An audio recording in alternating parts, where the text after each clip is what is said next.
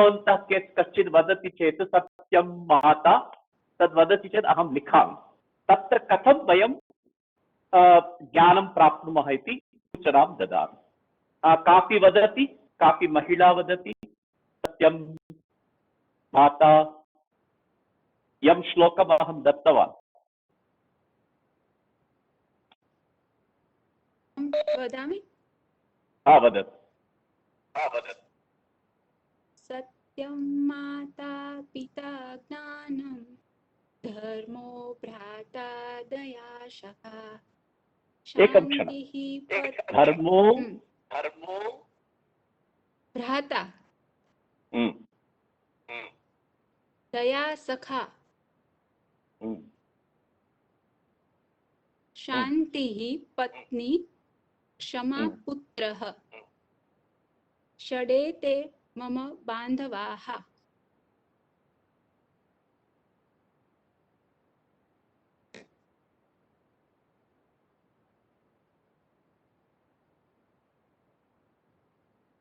धन्यवादः। इदानीम् अत्र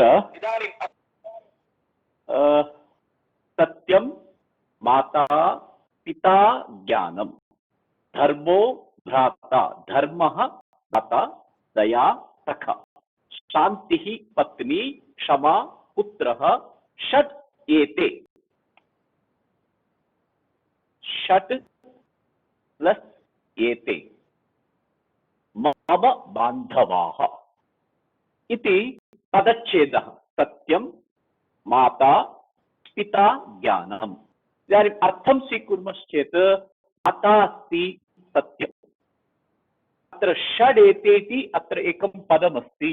षट् एते, षड् इति संख्या अस्ति, 6 नंबर 6 षड् के एकं सत्यं, द्वितीयं ज्ञानं, तृतीयं धर्मः, चतुर्थं सा, पंचमं शान्तिः, क्षमा षट्। एकं द्वे त्रीणि चत्वारि पञ्च षट्। एते मम बान्धवाः।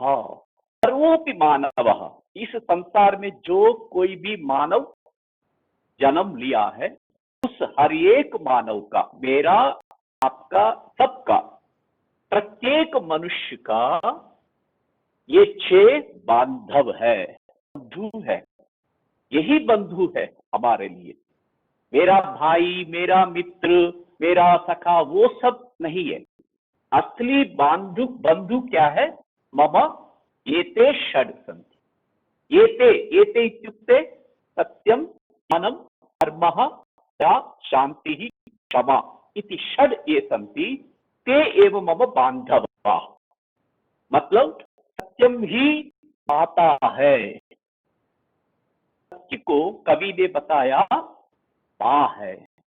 माँ जिस तरह हम सबको प्यारी होती है, आदरणीय होती है, ऐसे ही सत्य भी हमारे लिए बंधु है, माँ जैसा बंधु है। फिर ज्ञानम पिता है।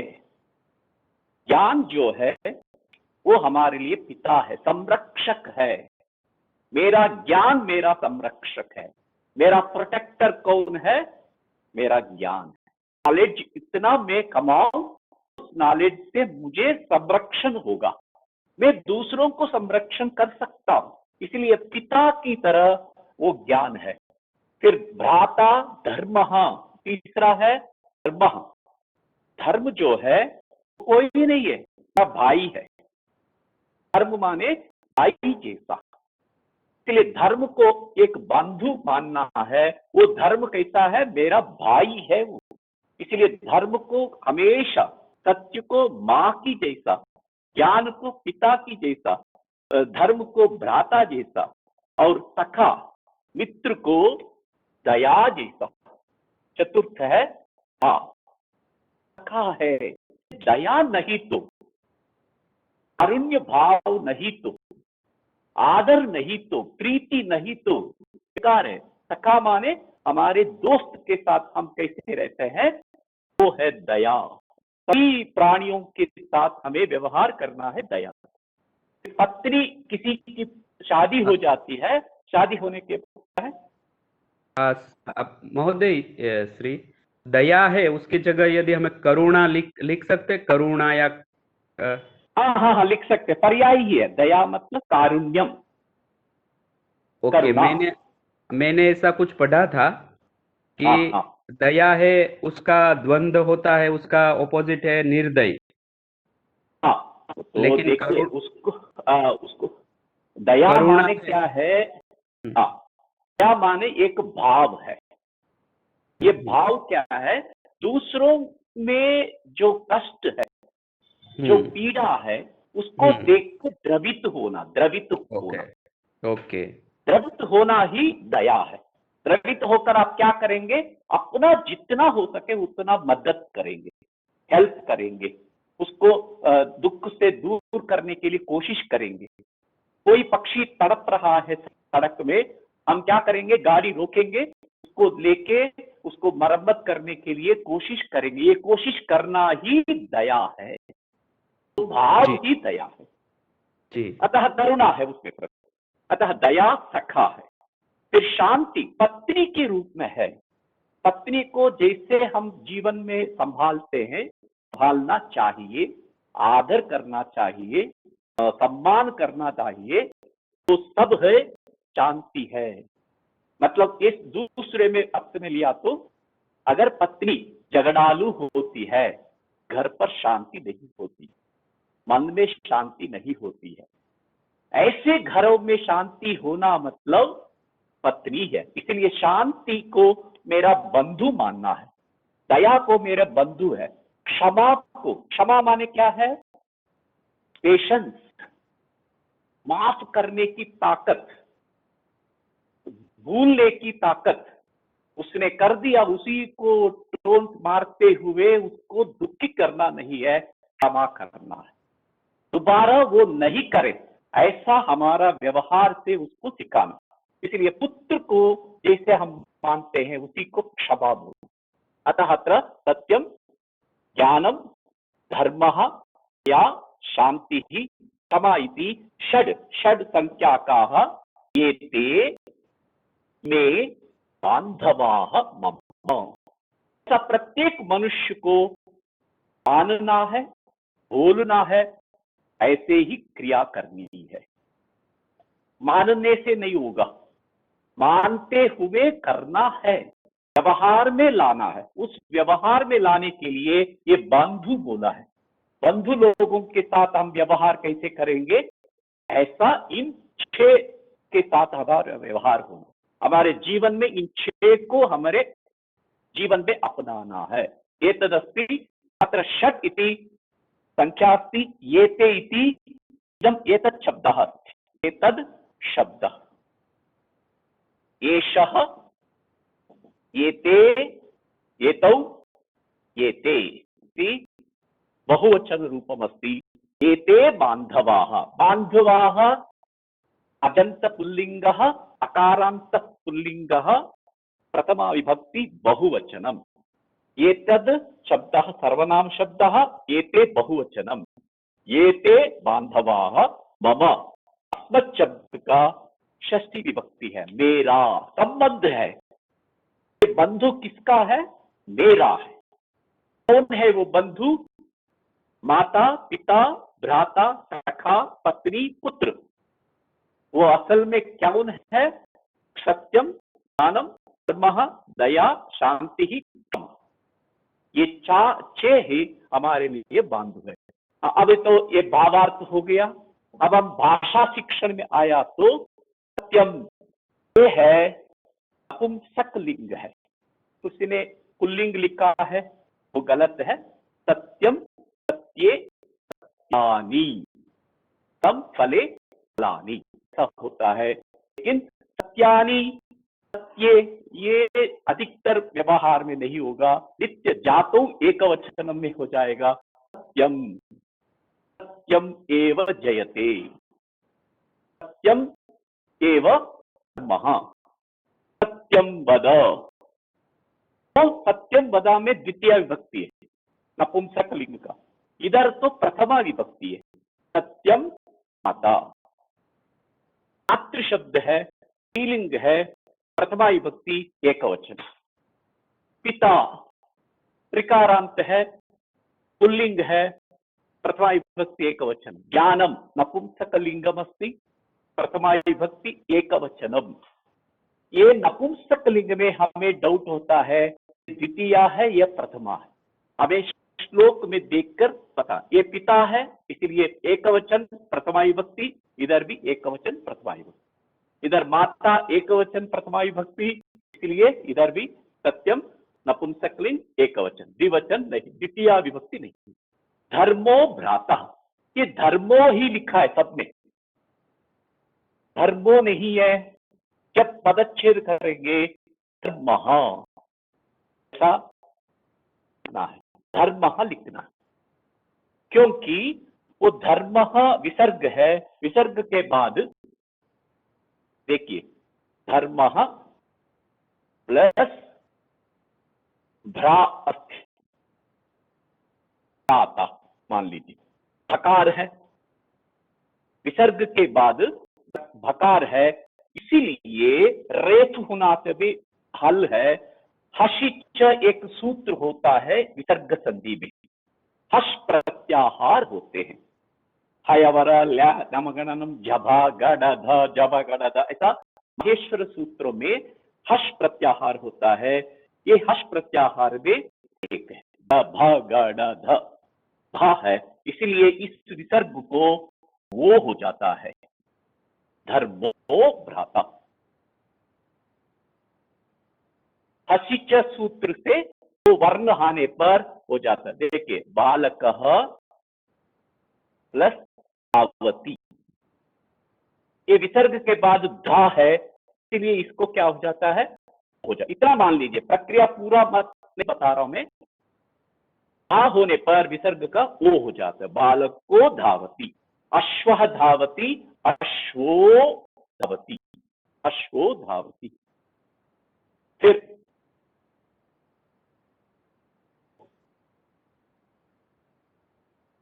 राम हसती, अब क्या बनेगा, इस विसर्ग को ह होने के बाद इस विसर्ग को वो हो जाता है रामो हसती, क्योंकि हर्ष प्रत्याहार में ह पहला है, इसलिए विसर्ग के बाद हर्ष प्रत्याहार में से कोई भी वर्ण पर हो तो विसर्ग के बाद विसर्ग को कुछ प्रक्रिया है, अंत में वो हो जाएगा। इसलिए धर्मो भ्राता लिखते वक्त पदच्छेद किया तो धर्म भ्राता। दया सखा, शांति ही पत्नी, धर्म कारांत पुल्लिंग है, एकवचन है, विभक्ति। माता, माता, पिता, ये देखिए ऋकारांत शब्द है तीनों, ये पुल्लिंग है, स्त्रीलिंग है, ये पुल्लिंग है। भ्राता, भ्रातरौ, भ्रातरः, पिता, पितरौ, पितरः, माता, मातरौ, मातरः, रूप चलेगा। इसलिए ऋकारांत शब्दाः त्रयः। पुनः दया, दया में क्या है, दया क्या स्वर है अंत में,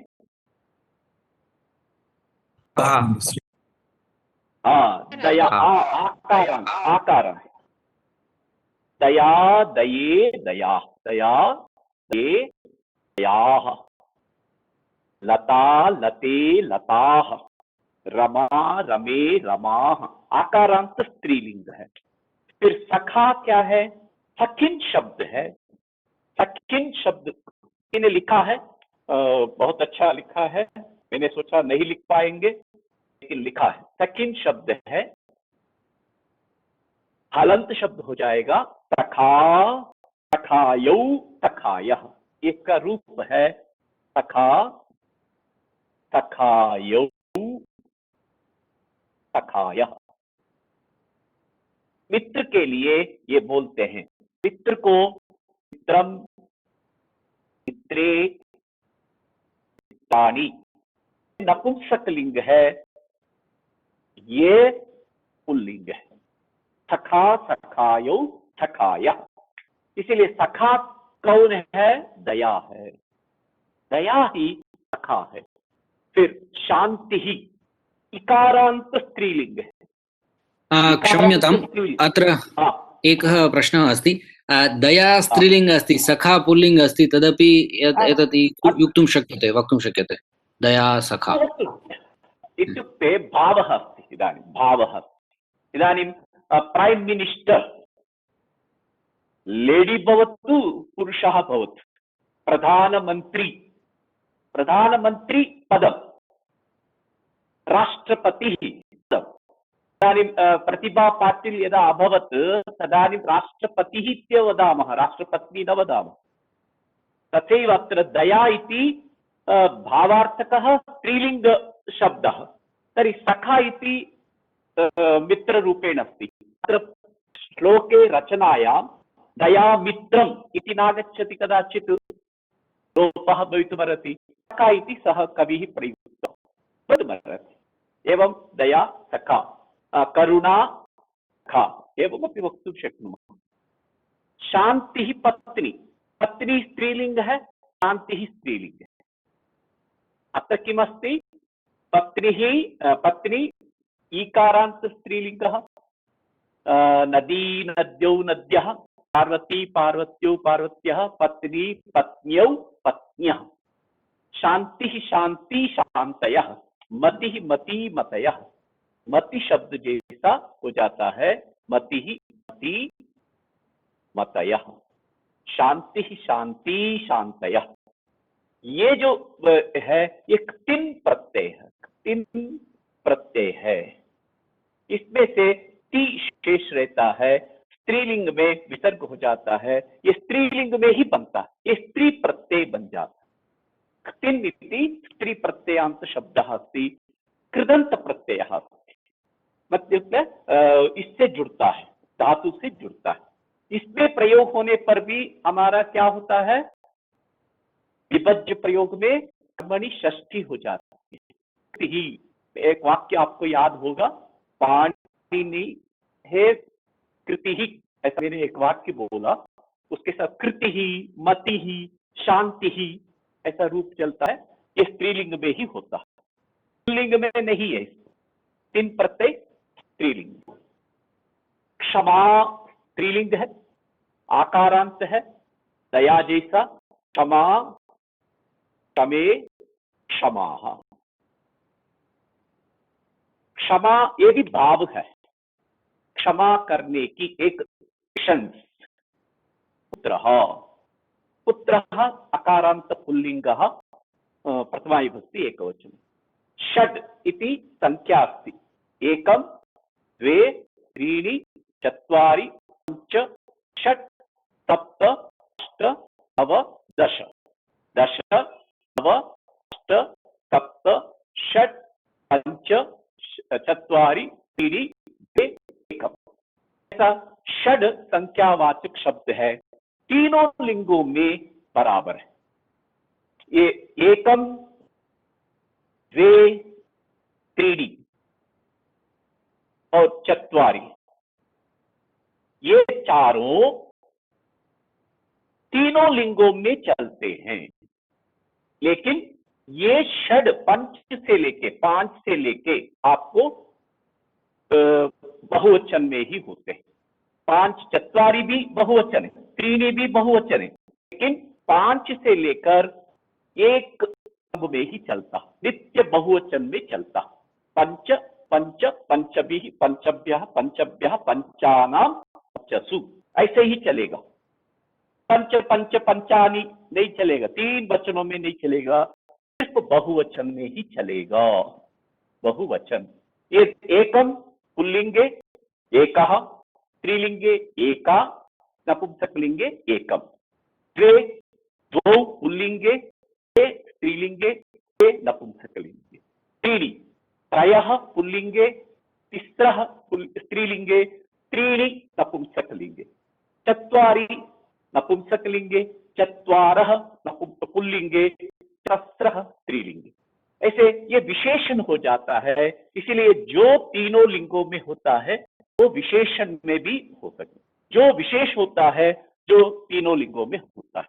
लेकिन पांच से लेके आपको बहुवचन हो जाएगा। एक वचन स्तंभ में ही, क्योंकि एक ही स्तंभ है, बहुवचन का स्तंभ। इसलिए षड आपको संख्यावाचक शब्द है। षड को प्रथमा विभक्ति में षट भी बोलते हैं, षट षड दोनों मिलता है। फिर सह षड, सह षड्भिः, षड्भ्यः,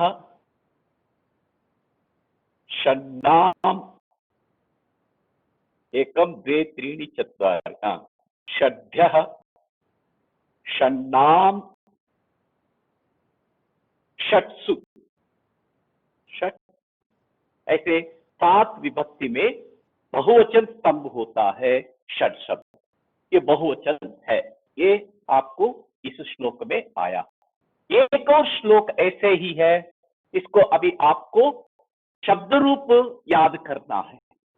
मैं पूछूंगा मातृ शब्द का बोलो, प्रातिपदिक क्या है? मातृ। लिंगम किम? स्त्रीलिंगम। रूपाणि वदतु। माता, मातरु, मातरः, मातरम, मातरु, मातृः, मात्रा, मातृभ्यां, मातृभिः, मात्रे, मातृभ्यां, मातृभ्यः, मातुः, मातृभ्यां, मातृभ्यः, मातुः, मातरोः, मातॄणां, मातरि, मात्रोः, मातृषु। हे मातः, हे मातरौ, हे मातरः। देखिए, बी.आर. चोपड़ा महोदय ने महाभारत बनाया। हे माता, हे माते, हे माते बोला, वो गलत है। माते कभी भी नहीं होता, सीते होता है। रामायण में सीते संबोधन कच्छ, लेकिन महाभारत में माते लिखा बोला है, वो गलत है। क्या होना है? मातः। क्या होना है? मातः। संबोधन में जब बुलाएंगे, पुकारेंगे, तब हम हे मातः। सर कब ऐसा जो विवाह की कंकोत्री में ऐसा लिखते हैं कि जैसे लक्ष्मी माता नमः, तो वो गलत है, लेकिन लक्ष्मी मात्रे नमः, मात्रे नमः। अच्छा, तो नमः, नमः योग में चतुर्थी विभक्ति होती है। मातृ शब्द का चतुर्थी क्या है? मात्रे। पितृ शब्द का पित्रे, और भ्रातृ शब्द का भ्रात्रे, और सखा शब्द का सखाय, फिर पत्नी का पत्यै, पुत्रः पुत्राय, मम को मह्यम, मह्यम नमः। जब मेरे को ही नमस्कार मैं करूंगा, मैं मात्रे पित्रे। वो कुछ लोग गलत लिखते हैं, उनको पता नहीं होगा। मंत्रालय में भी लिखते हैं अतिथि देवो भवः लिखते, ये भवः गलत है। भवतु भवताम भवन्तु भव, विसर्ग नहीं है भव, लेकिन हर जगह लिख लेते हैं, वो गलत है। अबे संस्कृत सीखने पर ये सब समझ में आता है, ठीक है। अतः भवन्तः शब्द रूपाणि स्मरन्तु। इन शब्दों को, श्लोक में जो शब्द यूज किया है, उसको आप थोड़ा प्रैक्टिस कीजिए बोलकर 7 विभक्ति में, तब आपको शब्द भंडार याद हो जाए। देखिए, इसमें पुल्लिंग भी है, स्त्रीलिंग भी है, ऋकारांत है, अकारांत है, आकारांत है, और नपुंसक लिंग, अकारांत नपुंसक लिंग है, सारे शब्द मिले हुए। इसलिए इन शब्दों को याद करना आपके लिए बहुत अभ्यास में सोपान हो जाएगा। आप आराम से शब्दों को पहचान सकते हैं। इसलिए श्लोक पढ़ना चाहिए। श्लोक देखिए, आप कहीं भी कोट्स कर सकते हैं। गुजराती में बोलिए भाव को, इसका मीनिंग को गुजरात में बोलिए, लेकिन श्लोक संस्कृत सुनाइए, बहुत अच्छा होगा आपका। ये सब कोट करने के लिए ये। सर, आज ये आपने जो श्लोक भेजा तो हमें बहुत पसंद आया, और आज ही नक्की किया है कि मैं वह श्लोक मेरे कोई भी वेबिनार में बोलूंगा। Very good. सही है, सही। नहीं नहीं, ऐसे संस्कृत इसी विशेषता से बड़ी जुड़ी हुई है। आप एक और अभी मैं बोलूंगा, आपको लिख लीजिए। उद्यमः, साहसम लक्ष्मी ही। तो दिख रहा है क्या? हाँ दिख रहा है। उत्तमः साहसम धैर्यम करिए। उत्तमः साहसम धैर्यम बुद्धि शक्ति बुद्धि शक्ति पराक्रम पराक्रम षडेते यत्र वर्तन्ते षडेते यत्र वर्तन्ते दैवं तत्र दैवं प्रसीदति दैवं प्रसीदति। अहम उक्तवान् आसम् द्विपदात्मकं वाक्यं सुबन्तं यन्तं। तपेक्ष अत्र पश्यतु उद्यमः साहसं धैर्यं बुद्धिः शक्तिः पराक्रमः षडेते। इधर भी आ गए षडेते। षडेते मतलब क्या है? षडेते मतलब क्या है? षट्येते।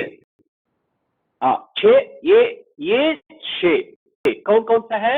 उद्यमः साहसं धैर्यं बुद्धिः शक्तिः पराक्रमः षडेते यत्र वर्तन्ते। यत्र जहां पर जिसमें तत्र वहां पर या उसमें दैवम।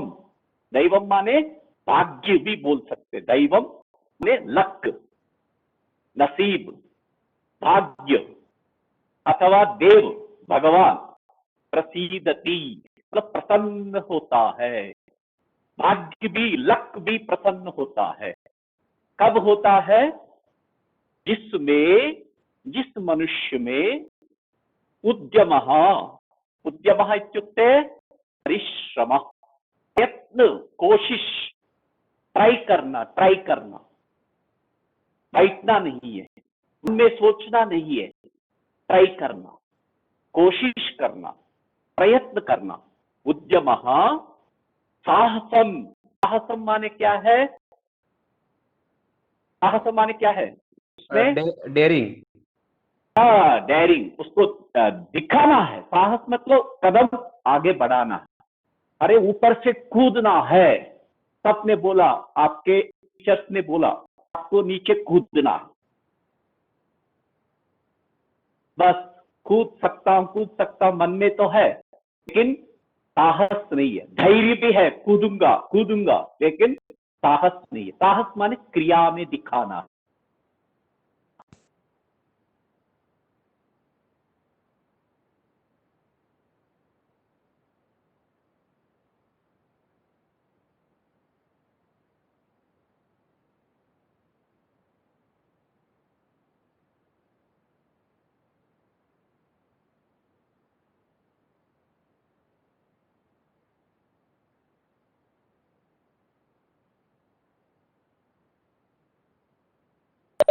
महोदय भवतः ध्वनिः न श्रूयते।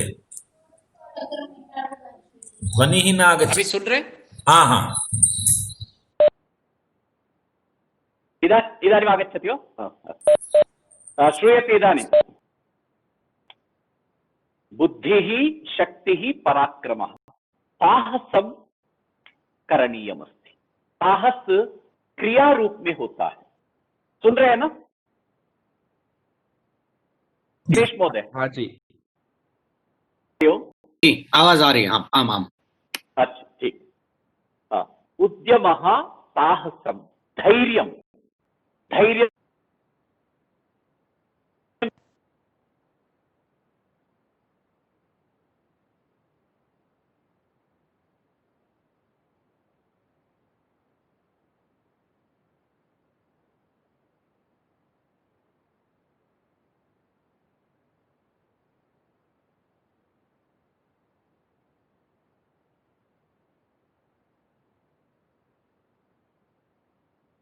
आवाज नहीं आ रही है महोदय।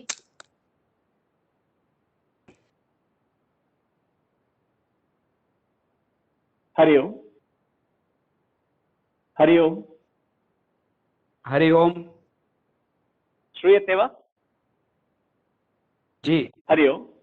हाँ, अभी आवाज सुन शुरू रहे? हो गई आनी। हाँ, अभी आने लगी, फिर अच्छा। बीच में बंद हो गई थी। हाँ हाँ। धैर्य, धीरज और बुद्धि, आपका विजडम चाहिए, शक्ति, ताकत चाहिए। पराक्रम माने क्या है? उत्साह है। इन सबको दिखाने के लिए पराक्रम चाहिए। उत्साह बोलते उसको, उत्साह, पराक्रमः उत्साह। ऐसे ये ते षड यत्र वर्तन्ते यस्मिन् पुरुषे यस्मिन् जने वर्तन्ते सन्ति तत्र तस्मिन् पुरुषे दैवं प्रसीदति। भाग्य प्रसन्न होता है, मतलब भाग्य फलित होता है, भाग्य साथ देता है, आपका लक आपके साथ देगा। कब होगा? मनुष्य में परिश्रम चाहिए, साहस चाहिए, धैर्य चाहिए। कुछ फेल हो गया, इंटरव्यू फेल हो गया, फिर रोड पड़ेंगे।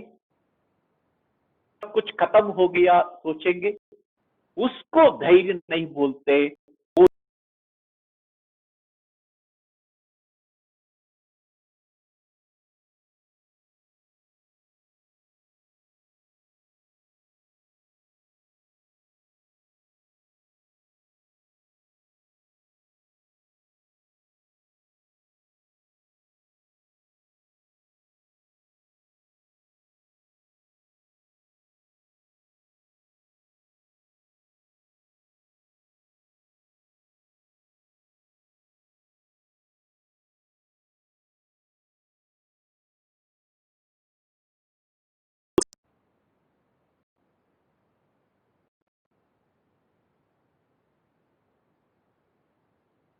ते वर्तन्ते, लट लकार है, वर्तामहे वर्तामहे। आपको जो श्लोक में क्रियापद होगा, उस क्रियापद को किस लकार में होगा, उस लकार में तीनों पुरुषों में बोलकर, लिखकर अभ्यास करना। बस एक बार दो बार ध्यान देंगे तो भी आएगा, आपको आराम से समझ में आएगा। दैवम पुंसकलिंग है, दैवम दैवे दैवानी। दैवम प्रसीदति क्रियापद है, प्रसीदति ये भी वर्तन्ते प्रसीद, ये आत्मन, ये परस्मैपदी है। प्रसीदति, प्रसीदतः, प्रसीदन्ति, सीदति, सीदतः, सीदन्ति। प्र इति उपसर्ग है। प्रसीदति, प्रसीदतः, प्रसीदन्ति। भवति, भवतः, भवन्ति। पठति, पठतः, पठन्ति। प्रसीदति, प्रसीदतः, प्रसीदन्ति। प्रसीदसि, प्रसीदतः, प्रसीदथ। प्रसीदामि, प्रसीदावः, प्रसीदावः। सीदति माने बैठना है, प्रसीदति माने बैठ जाना है, एक अर्थ। लेकिन यहाँ दैवम प्रसीदति श्लोक में क्या है? उपसर्ग के बल से इस सीद धातु का अर्थ बदलता है, प्रसन्न रहना, उत्साहित रहना और फलित होना। इस अर्थ में प्रसीदति होता। कौन प्रसीदति? कौन प्रसीदति? दैवम। दैवम प्रसीदति। संस्कृते किं पृच्छामः? किं प्रसीदति? दैवम प्रसीदति। ये नपुंसकलिंग है, इसीलिए किम पूछेंगे। ये पुल्लिंग होते कह इत्युक्ते कह, स्त्रीलिंग हो तो का। ये हमें पूछना है। सामान्य रूप से किम ज्यादा पूछते। किम प्रसीदति? दैवम प्रसीदति। कुत्र दैवम प्रसीदति? कुत्र दैवम प्रसीदति? यत्र उद्यमः, साहसं, धैर्यं, बुद्धिः, शक्तिः, पराक्रमः इति षडेते यत्र वर्तन्ते तत्र दैवं प्रसीदति। षट् के सन्ति? उद्यमः, साहसं, धैर्यं, बुद्धिः, शक्तिः, पराक्रमः। अयमपि श्लोकः उत्तमः अस्ति, भवन्तः स्मर्तुं शक्नुवन्ति। आप इन शब्दों को रूप लिखिए, याद करिए, हो गया। ये 2 श्लोक आपको 2-3 बार बोलेंगे तो याद हो जाएगा। अभी भी कुछ लोगों को याद हो गया होगा, मैं पूछूंगा, देखिए।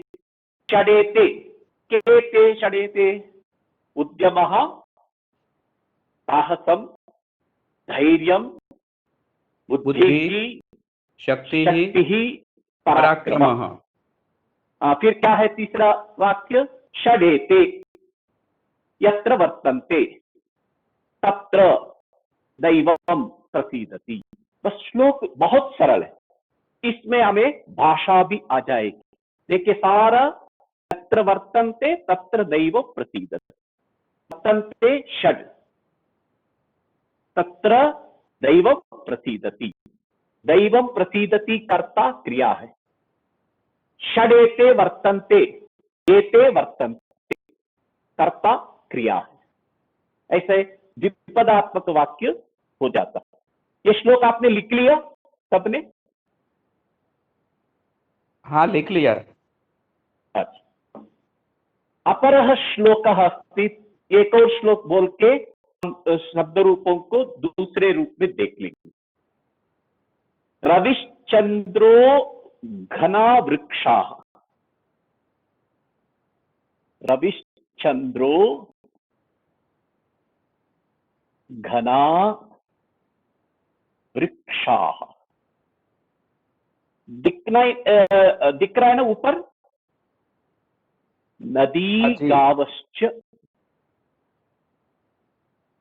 नदी गावश्च सज्जनाः, सज्जनाः। एते परोपकारः, एते परोपकाराय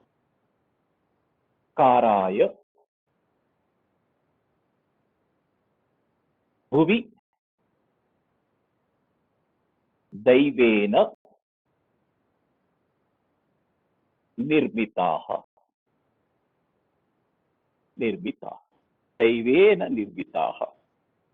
पश्यतु, अयमपि श्लोकः अतीव सरलः।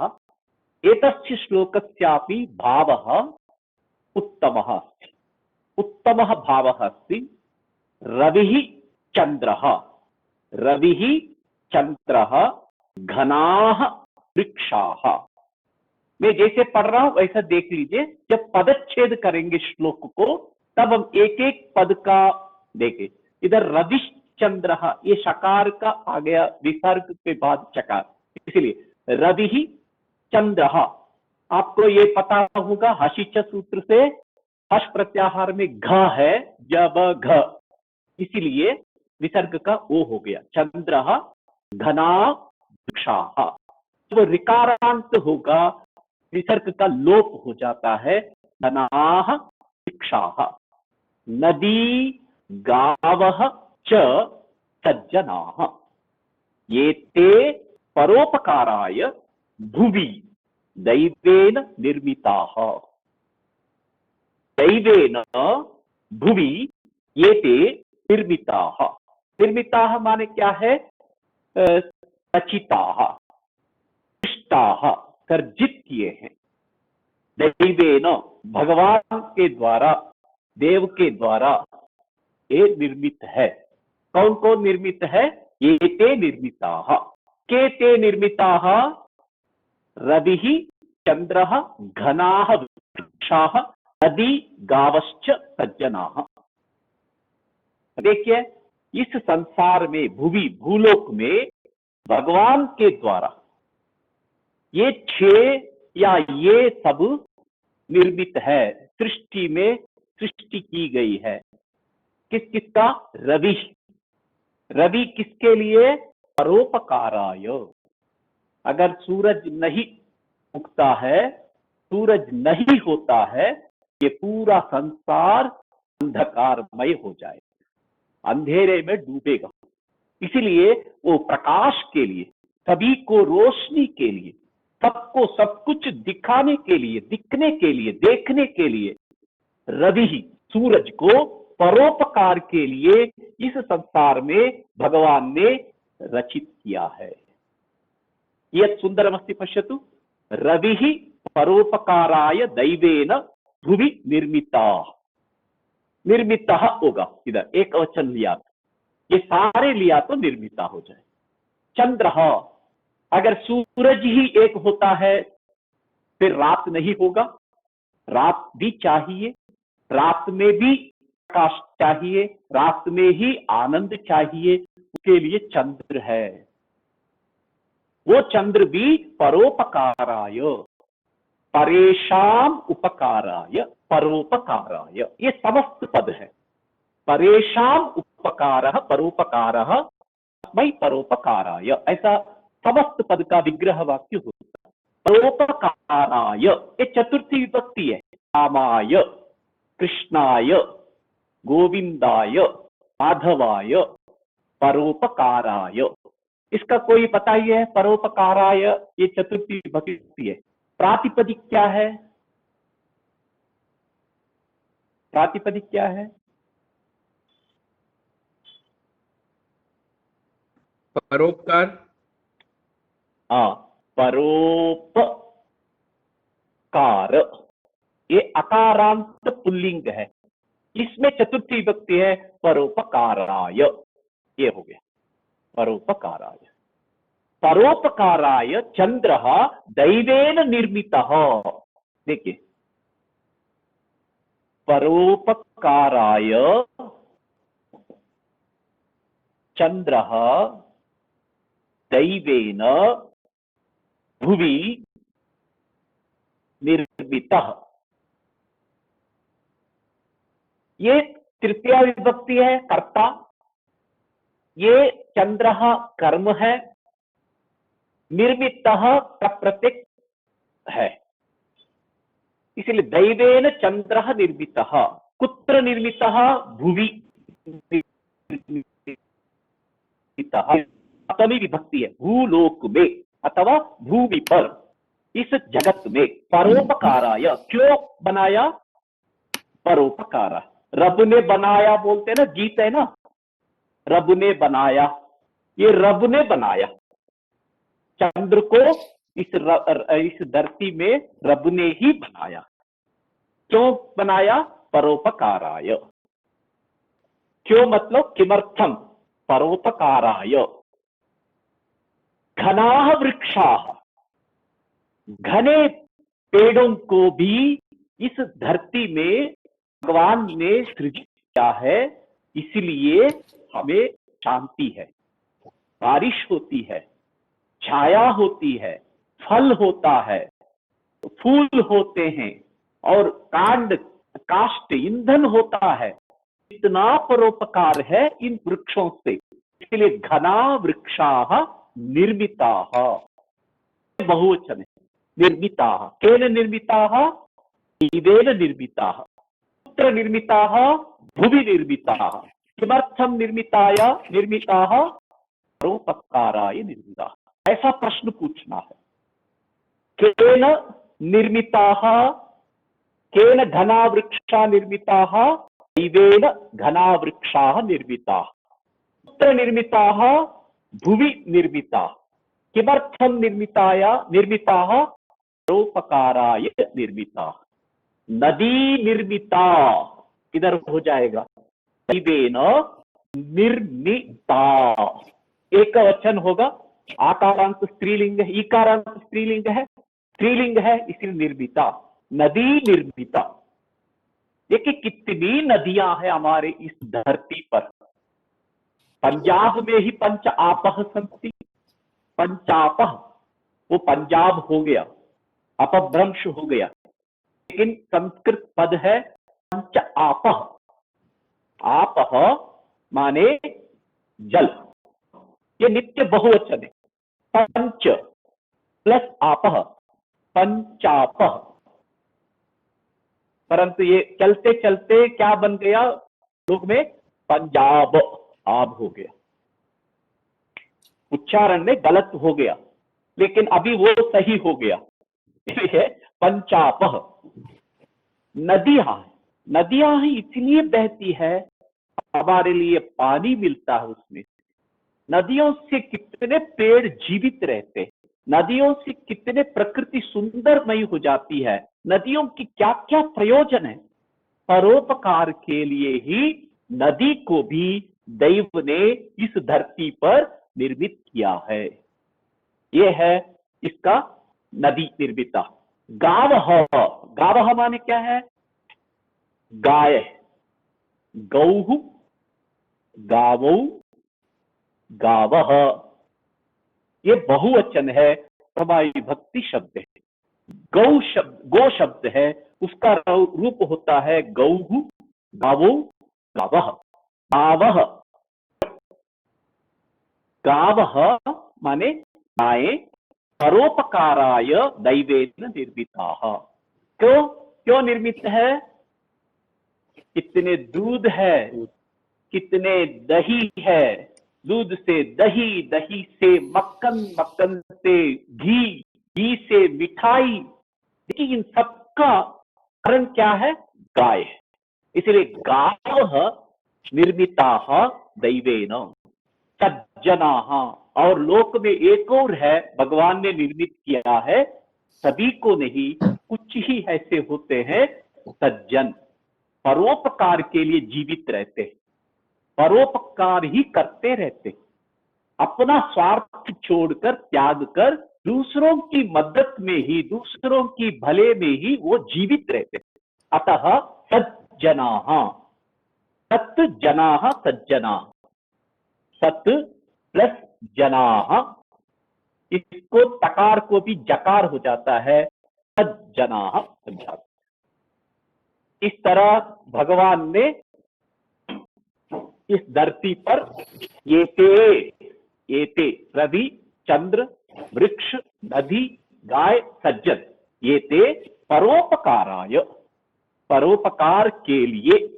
भुवि, भू शब्द है, भू, भुवौ, भुवः, ऐसा प्रथमा विभक्ति है। इसमें सप्तमी विभक्ति होती है भुवि, ये सप्तमी विभक्ति।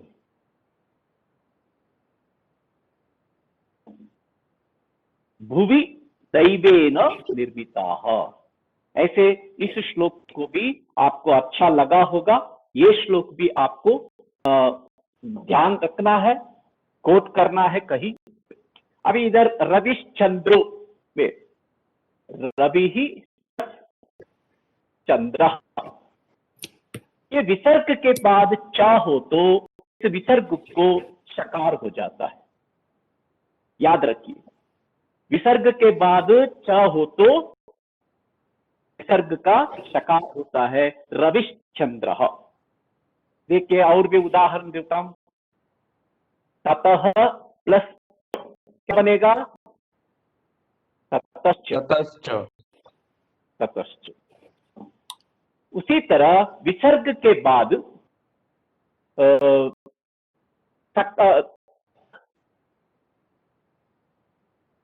सकार हो तो, विसर्ग के बाद सकार हो तो विसर्ग को ततः, ततः मान लीजिए, ततः, ततः। विसर्ग के बाद तकार हो तो विसर्ग को सकार हो जाएगा, ततस्ततः, ततस्ततः। इतः प्लस ततः। विसर्ग के बाद तवर्ग हो तो, तकार हो तो विसर्ग को सकार हो जाएगा, इतस्ततः हो जाएगा, इधर उधर। इतस्ततः माने इधर से उधर, इतस्ततः इधर उधर, इतस्ततः। ये विसर्ग था, ये तकार है, ये विसर्ग को सकार हो गया, इतस्ततः हो जाएगा। इधर तो हमारे शकार के विसर्ग के बाद चकार है, इसीलिए शकार हो गया। इसी तरह आपको विसर्ग के बाद टकार हो तो विसर्ग को शकार हो जाएगा। एवं ये आपको संधि प्रकरण में ध्यान देना पड़ेगा। ये अभी सिर्फ आ गया इसलिए मैंने बोल दिया। इसलिए ये श्लोक भी आपको स्पष्ट हो गया होगा। कोई संदेह हो तो पूछ सकते हो। इसमें भी श्लोक को आप शब्द को याद करिए। रविश्चंद्र, रवि रविः रवि रवयः रविं रवि रवीन् रविना रविभ्यां रविभिः रवये रविभ्यां रविभ्यः रवेः रविभ्यां रविभ्यः रवेः रव्योः रवीनां रवौ रव्योः रविषु रविषु रविषु। ये इकारांत है, इकारांत पुल्लिंग पुल्लिंग। इसी तरह आपको चलेगा कवि ही कवि कवयः कविम कवि कवीन कविना कविभ्याम कविभिः कवये कविभ्याम कविभ्यः कवेः कविभ्याम कविभ्यः कवेः कव्योः कवीनां कवौ कव्योः कविषु। मुनिः मुनि मुनयः मुनिं मुनि मुनीन् हरिः हरि हरयः हरिं हरि हरीन् अग्निः अग्नि अग्नयः अग्निम अग्नि अग्नीन् अग्निना अग्निभ्याम अग्निभिः। बहुत सरल है, एक तो सीखना पड़ेगा। मैं शुरू से वही बोल रहा हूं, एक पकड़ेंगे तो हम आगे बहुत दूर जा सकते हैं। इसलिए अजंत शब्द हलंत शब्दों में श्लोकों में जो कोई भी शब्द आया उसको आप एक बार ऐसे 7 विभक्ति में रख के उसमें भी आप एक वचन स्तंभ ये बहुवचन स्तंभ याद किया तो वाक्यों में ज्यादा प्रयोग होता है। रवि रविम रविना रवये रवेः रवेः रवौ रविः प्रकाशते रविम नमामि रविना सह मेघाः सन्ति रवये अर्घ्यं ददामि रवये अर्घ्यं ददामि रवेः तेजः अधिकम् रवेः रवेः किरणानि रक्तवर्णानि सन्ति अथवा रवेः बिम्बं रक्तवर्णमस्ति रवौ तेजः अस्ति।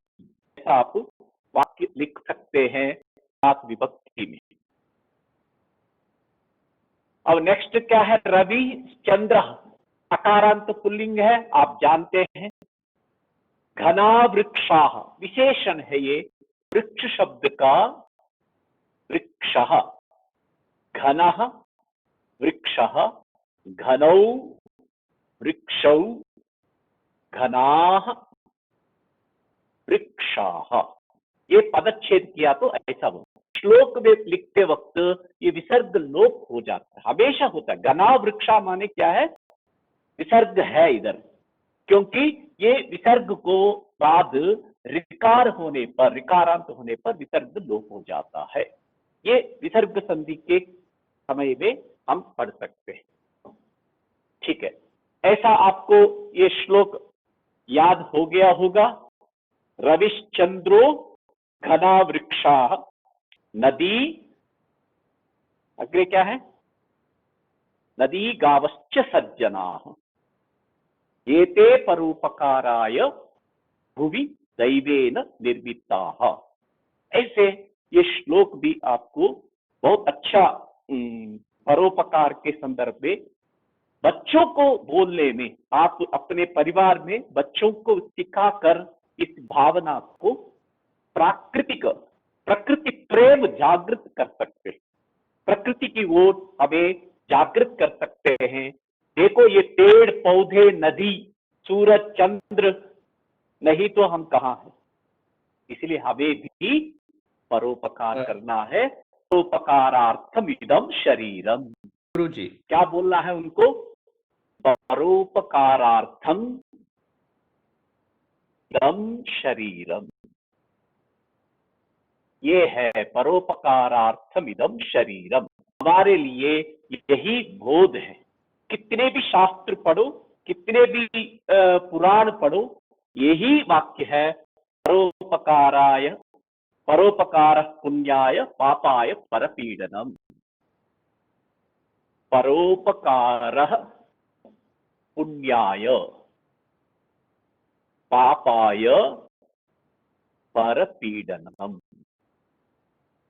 देखिए यही है, इससे बढ़कर कुछ नहीं हमारे संस्कृत वाङ्मय, संस्कृत जगत, संस्कृत भाषा, संस्कृत साहित्य, ज्ञान, वेद पूरा सार निचोड़कर क्या है, यही है, परोपकार पुण्याय पापाय परपीडनम।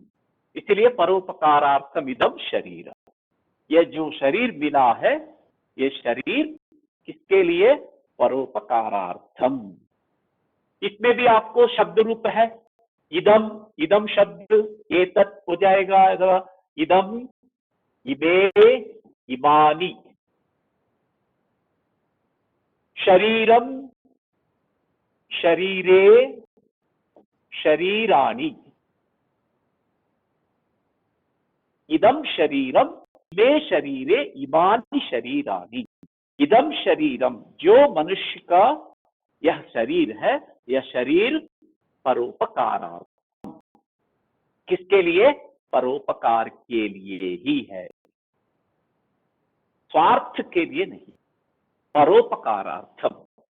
क्योंकि परोपकार पुण्याय, पूरा परोपकार करेंगे तो पुण्य कमाएगा, दिखता नहीं है, पुण्य दिखता नहीं है, इसलिए कोई परोपकार नहीं करता है।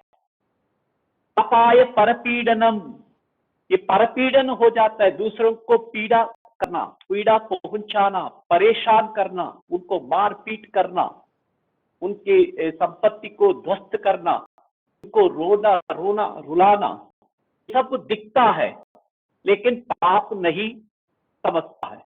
इसलिए पुण्य और पाप कभी दिखता नहीं है, लेकिन लोग परपीड़न में अधिकतर लोग जुड़ जाते हैं, वो पाप के लिए होता है। जो पुण्य के लिए परोपकार में जुड़ते हैं वो पुण्य कमाते हैं। इसलिए हमें बच्चों को कहना है, जितना हो सके इस शरीर को परोपकारार्थम उपयुज्यताम। परोपकारः पुण्याय भवति, पापाय परपीडनम पापाय भवति। ये चतुर्थी विभक्ति है, पुण्याय। ये पुण्यम नपुंसकलिंग है, पापम नपुंसकलिंग है। ये चतुर्थी विभक्ति पुण्याय, पापम पापाय, ये चतुर्थी विभक्ति है। इस तरह आपको शब्द रूपों के लिए ये आप कर सकते हैं। आप कोई संदेह हो तो पूछिए। अद्य श्लोकत्रयम, तर्हि श्लोकत्रये कोऽपि संदेहः, कापि शंका, कापि जिज्ञासा? सर वो घना वृक्ष था, वो दोनों अलग अलग है या घना वृक्ष? अलग अलग है। घना वृक्षा अलग अलग है, ये विशेष्य है, ये विशेषण है, ये विशेषण है, ये विशेष्य। ये वृक्षा बहुवचन है, इसलिए ये भी बहुवचन है। देखिए, घनः, घनौ, घनाः, ऐसा ही रूप चलता है विशेषण का, लेकिन इधर वृक्षा बहुवचन है, इसलिए घनाः वृक्षा, अलग अलग ही लिखना, एक मिलाकर नहीं लिखना है। घना वृक्षाः, ये विसर्ग इसलिए लोप हो गया, ये ऋकारांत है, इसको विसर्ग के बाद ऋकार हो तो विसर्ग का लोप हो जाता है। ये अलग अलग पद नहीं है, एक ही है, लेकिन लिखना अलग अलग है। विशेषण विशेष्य है, ये वृक्ष के लिए विशेषण है।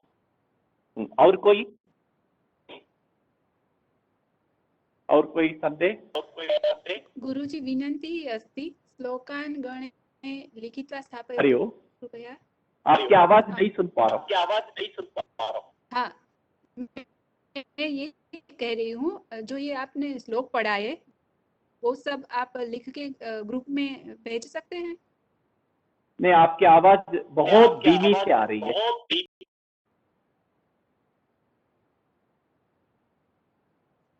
हाँ गुरुजी। हाँ हम एते है, इसमें ऊपर 5 है तो पंचेते, पंचेते लिख सकते हैं, पंचेते परोपकाराय। हाँ, पंचेते, पंचैते होगा, संधि हो जाएगी। षडेते संधि हुआ, सप्तेते ऐसे ही होगा, संधि होगा, संधि होगा, होगी, संधि होगी। पंच एते पंचैते। कोई अभी पूछ रही थी महिला, उसका आवाज मैं नहीं सुन पाया, आप लोगों ने सुना कोई? नमस्कार गुरुजी।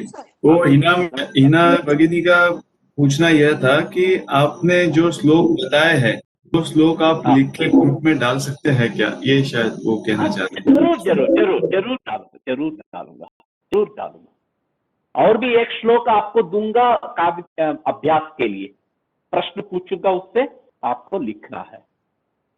जरूर जरूर जरूर।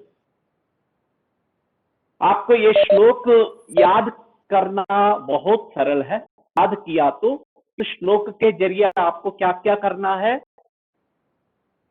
शब्द रूपाणी, धातु रूपाणी, फिर उसके बाद वाक्य रूप में लिखना।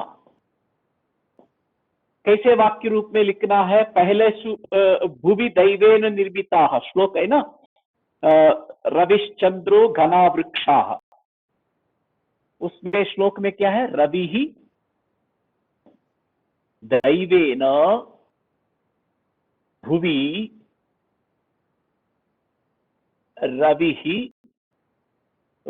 परोपकाराय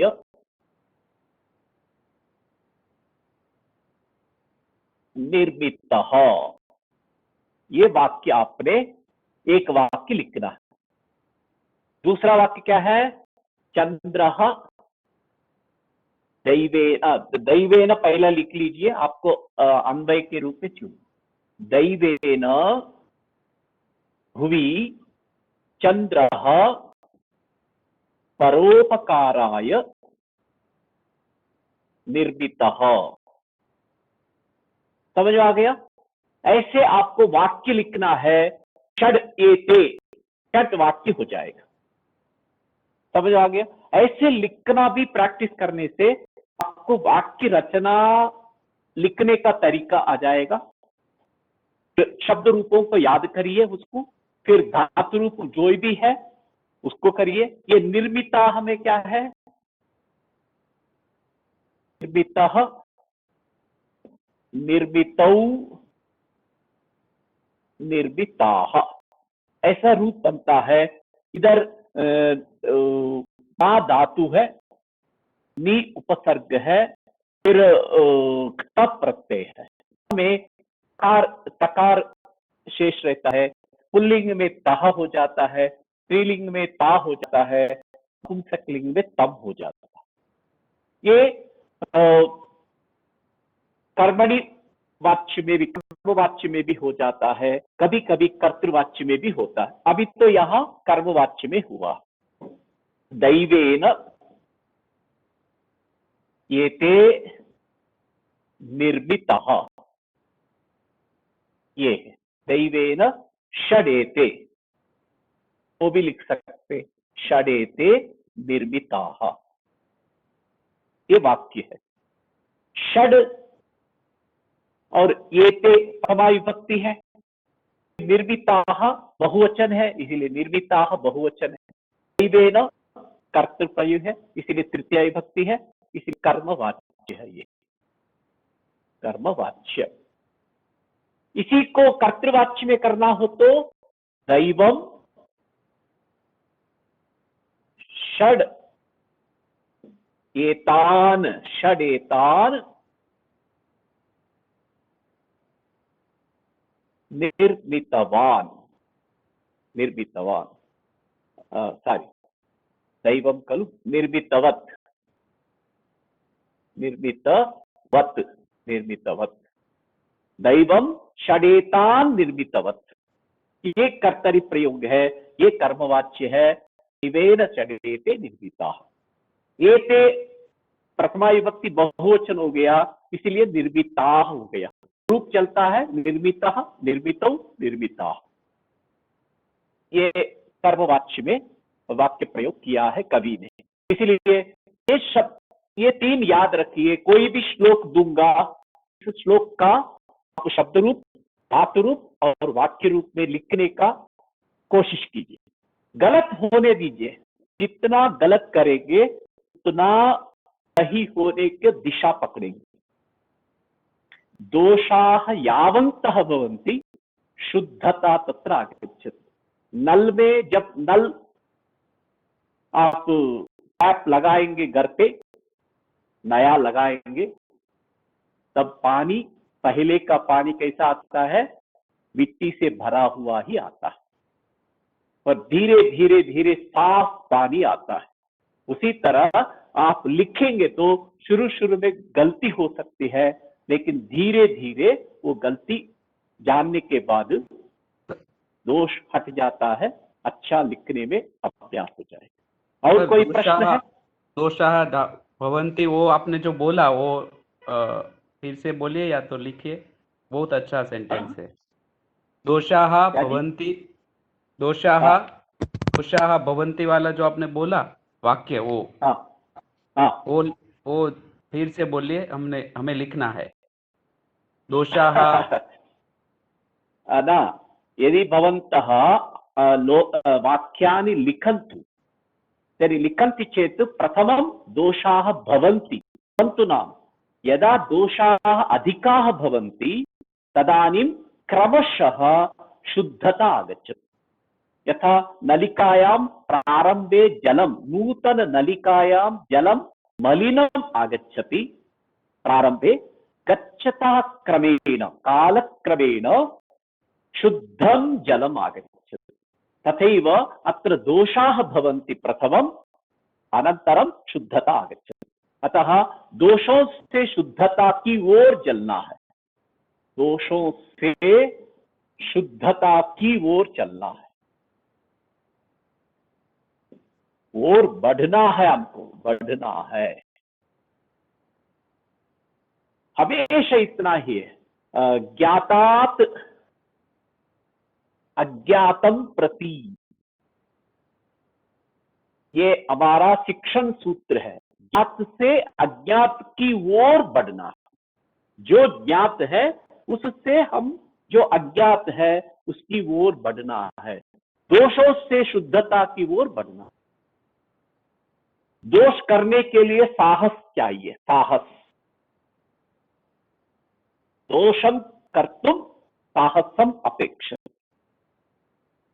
जो साहस करेगा मतलब दोष करेगा, जानबूझकर दोष नहीं, लिखना है, लिखना है, समझना है, समझते हुए लिखना है, फिर भी दोष हो जाता है, कोई चिंता नहीं है, उसको सीखने से हम शुद्धता की ओर जाएंगे। इसलिए आप बढ़िए। आप बहुत अच्छा, कुछ लोगों ने लिख के भेजा है, मैं बहुत तारीफ करता हूं आप लोगों को। कुछ लोग नहीं भेजा है, लेकिन वो लोग भी देखें, उनसे मेरी प्रार्थना है वो भी लिखें, मैं अवश्य उनको मार्गदर्शन करूंगा। और कोई संदेह हो तो बोलिए।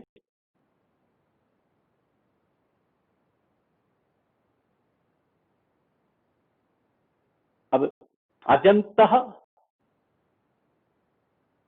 और हलंत ये सब हो गया। तिङंत में आप लट लकार ही तक हुआ। अभी परसों लोट लकार मैंने बोला, वो लोट लकार के लिए आपको कोशिश करना है। लिखतु, वदतु, पृच्छतु, अवगच्छतु, पुनः पुनः लिखतु, अभ्यासम करो, अभ्यस्यतु, अभ्यस्यतु, अभ्यास करो, अभ्यस्यतु। इसका भी बहुत प्रयोग आपको करना है।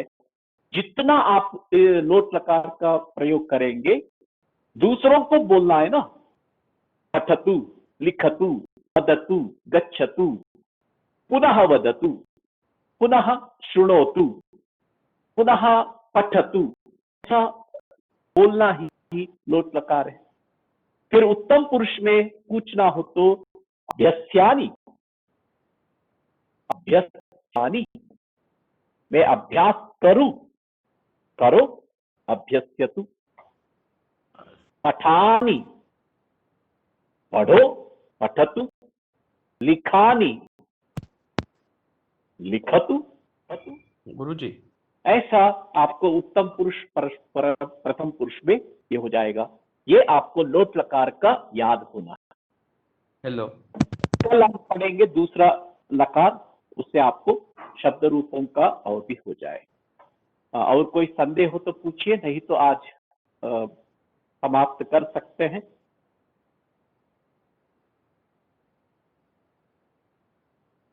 कोऽपि संदेहः, प्रश्नः? हेलो, हेलो, हेलो, आवाज सुनाई देती है मेरी? हाँ सुन रहे। सर गुरुजी, वो जो तिनंत हाँ। आपने लिखा, तिनंत, तो हाँ। अजंत और हलंत में ज और ल हमें दिखता है स्पष्ट, लेकिन तिनंत में जो ड ड जैसा लिखते हैं उसका न हम बोलते हैं, तो वो कैसे है? ड, हाँ उसको हम ड बोलते हैं, तो नहीं बोलने नहीं, में नहीं, तिनंत। ये देखिए, क ख ग घ ङ, च छ ज ज ञ, क ख ग घ न। ये देखिए, ये है ड। ये हिंदी में ये बिंदी रखते हैं ड। ये हमारे संस्कृत में नहीं है, ऐसा नहीं लिखना है। डाह मतलब डमरू, डा मतलब डमरू। ये क्या है, इधर बगल में बिंदी रखने से ये है ख ग घ ङ, नासिका से बोलना, क ख ग घ ङ। आप थोड़ा मेरे साथ मेरे को देखते हुए आप अपने अपने जगह पर उच्चारण कीजिए, मौन मन में। ख ख ग घ ङ, च च ज झ ञ, ट ठ ड ढ ण, त थ द ध न, प फ ब भ म। ये अनुनासिक वर्ण है। ये अनुनासिक वर्ण को नासिका से उच्चारण करते हैं, इसलिए न्यामगाननम बोलते हैं। न्यामगाननम, न्यामगाननम। तथ दध न, प प ब ब म।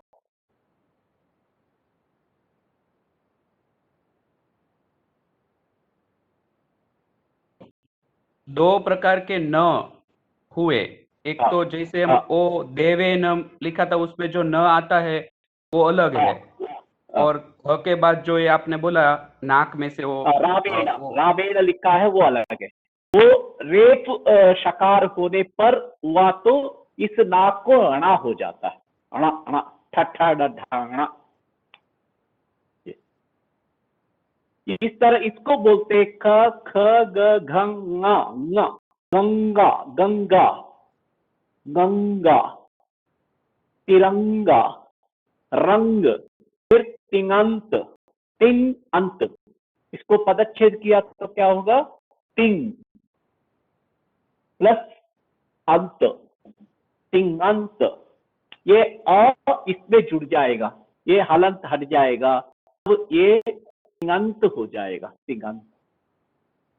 तिंगंत नहीं लिखना है,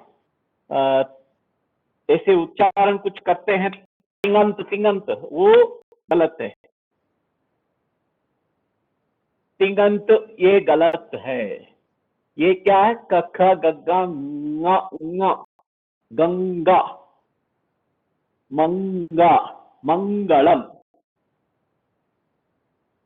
मंगलम बोलिए, मंगलम बोल के उच्चारण करके लिख सकते, गंगा को बोल के लिख सकते। आजकल हिंदी में क्या लिखते हैं, गंगा को गंगा लिखते, ये गलत है। गंगा कैसे लिखना है, गंगा ऐसा, अथवा के नीचे गंगा ऐसा लिखना। लेकिन आजकल अनुस्वार लिख लेते हैं, वो गलत है। गम गा हो गया, गम गम हो गया, गम गा, ये गलत है। ये उच्चारण में संस्कृत में थोड़ा विशेष है, इसी के हिसाब से वो गड़बड़ हो गया। और कोई संदेह?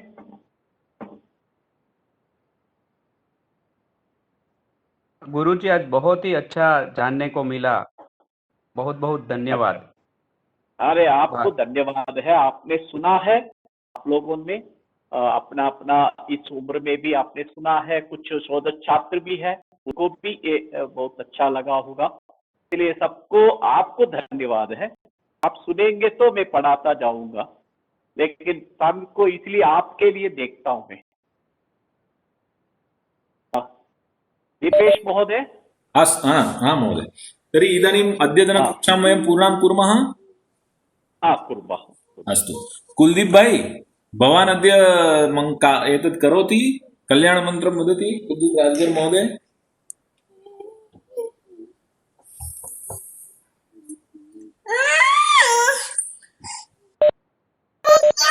अथवा ललित महोदय। हाँ हाँ जी, हाँ गुरुजी। आप कल्याण मंत्र बोलिए आज। हाँ हाँ। ओम सर्वेत्र सुखिनः सन्तु, सर्वे सन्तु निरामया, सर्वे भद्राणि पश्यन्तु, मा कश्चित् दुःखभाग् भवेत्। ओम शांतिः शांतिः शांतिः। नमस्ते। धन्यवादः। पुनः कल हम 6 बजे मिलेंगे। अस्तु, नमस्ते।